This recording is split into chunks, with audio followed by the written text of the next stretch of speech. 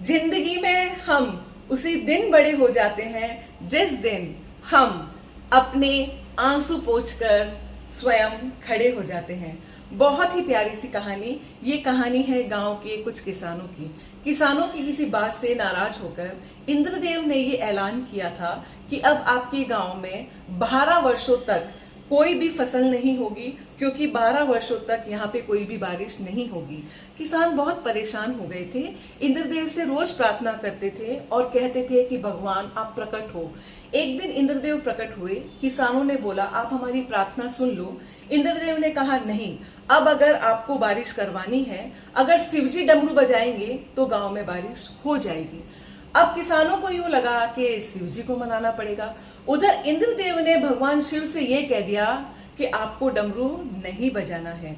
किसान दिन रात भगवान शिव से प्रार्थना करने लगे। एक दिन भगवान शिव भी प्रकट हुए। किसानों ने बोला आप डमरू बजा दीजिए, बारिश हो जाएगी, फसल हो जाएगी। भगवान शिव ने कहा इंद्रदेव ने मना किया है ना, अब मैं डमरू नहीं बजाऊंगा।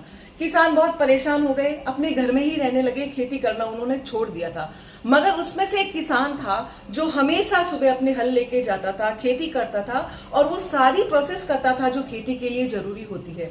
जब भी वो रोज ऐसा काम करता था, बाकी के किसान उस पर हंसते थे और कहते थे तुम काहे को जाते हो, बारिश तो होनी ही नहीं है, जब फसल ही नहीं होगी तो खेत में मिलेगा क्या। वो किसान हमेशा एक बात कहता था कि मैं इसलिए जाता हूं कि मैं अपना काम करना ना भूल जाऊं। 12 वर्षों में बारिश तो होनी होगी तब होगी, मैं अपने काम को निरंतर करता रहूंगा। ये बात एक दिन पार्वती माता ने सुन ली।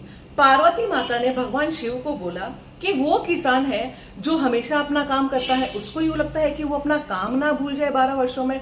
ऐसा ना हो प्रभु कि आप डमरू बजाना भूल जाओ। भगवान शिव को लगा एक बार चेक कर लेता हूं। जैसे ही उन्होंने चेक किया, डमरू बजा और बारिश हुई। फसल सिर्फ वहीं पे हुई थी जहां पे वो एकमात्र ऐसा किसान था जिसने खेती की थी, जिसने अपना काम किया था। बाकी की जगह कहीं पे भी फसल नहीं हुई। कहानी कहने का सार सिर्फ इतना ही है, डमरू कभी भी बज सकता है। अपने प्रयासों में कभी भी कमी ना आने देना, निरंतर अपने प्रयास करना, सफलता आपके द्वार पे एक दिन जरूर खड़ी होगी। कहानी पसंद आई हो तो एक लाइक करना, शेयर करना एंड फॉलो जरूर करना। जय श्री कृष्ण।